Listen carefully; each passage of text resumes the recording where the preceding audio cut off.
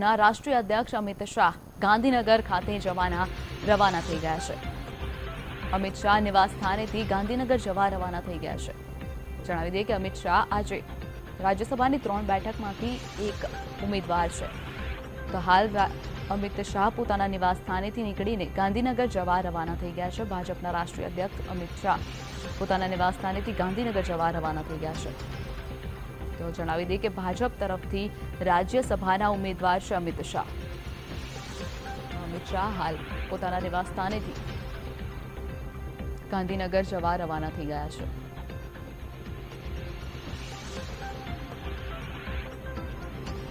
તો જે રીતે આજે રાજ્યસભાની 3 બેઠક પર મતદાન થવા જઈ રહ્યું છે તેમાં કુલ 4 ઉમેદવારો નોંધાયા છે। અમિત શાહ, સ્મૃતિ ઈરાની, ભરતસિંહ રાજપૂત અને અહેમદ પટેલ।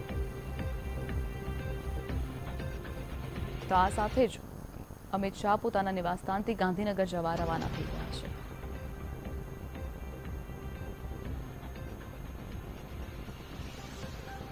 તો આ અંગે વધુ માહિતી માટે અમારા સંવાદદાતા મેહુલ દેસાઈ જોડાઈ ગયા છે। મેહુલ, જે રીતે અમિત શાહ પોતાના નિવાસસ્થાનેથી નીકળી ગાંધીનગર જવા રવાના થઈ ગયા છે, શું છે વધુ માહિતી? ચોક્કસથી વાત કરવામાં આવે તો ભારતીય જનતા પાર્ટીના રાષ્ટ્રીય અધ્યક્ષ અમિત શાહ તેમના જે નિવાસસ્થાને છે ત્યાંથી નીકળી ચૂક્યા છે। હાલ તેઓ કઈ જગ્યાએ જશે તે હાલ કંઈ પણ કહેવું મુશ્કેલ છે, પરંતુ રાજ્યસભાની જે ચૂંટણી છે તેની પહેલા બની શકે છે કે તેઓ મુખ્યમંત્રી નિવાસસ્થાને અથવા પાર્ટીના અન્ય કોઈ આગેવાનો સાથે બેસી આ અંગે મુલાકાત કરી શકે છે। ખૂબ જ રસાકસીપૂર્ણ આ જે છે રાજ્યસભાની ચૂંટણી રહેવાની છે। કોંગ્રેસના ધારાસભ્યો પણ આણંદથી જે છે નીકળી ચૂક્યા છે।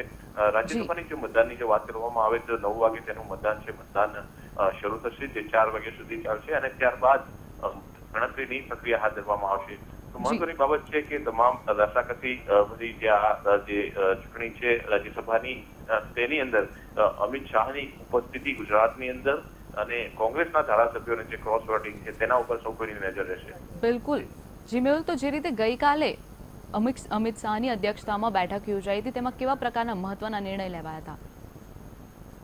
ગઈકાલની બેઠકની જો વાત કરવામાં આવે તો ગઈકાલે જે રીતે અમિત શાહની ઉપસ્થિતિમાં ધારાસભ્યોની બેઠક થઈ હતી તેની અંદર સ્પષ્ટ નિર્દેશનો આપવામાં આવ્યા હતા। તેની અંદર જે રાજ્યસભાની ચૂંટણીમાં ફર્સ્ટ પ્રેફરન્સ અને સેકન્ડ પ્રેફરન્સ એટલે કે મતદાન કઈ રીતે થઈ શકે છે તે સૌથી મહત્વનો મુદ્દો હતો અને રાષ્ટ્રીય અધ્યક્ષ અમિત શાહ સહિતના તમામ ધારાસભ્યો છે જેની અંદર મુખ્યમંત્રી, નાયબ મુખ્યમંત્રી, પૂર્વ મુખ્યમંત્રી સહિતના તમામ જે મંત્રીઓ છે મંત્રીઓએ ડમી બેલેટ પેપર ઉપર મતદાન કર્યું હતું કમલમ ખાતે અને મતદાન કઈ રીતે કરી શકાય છે તેનું માર્ગદર્શન પણ આપવામાં આવ્યું હતું।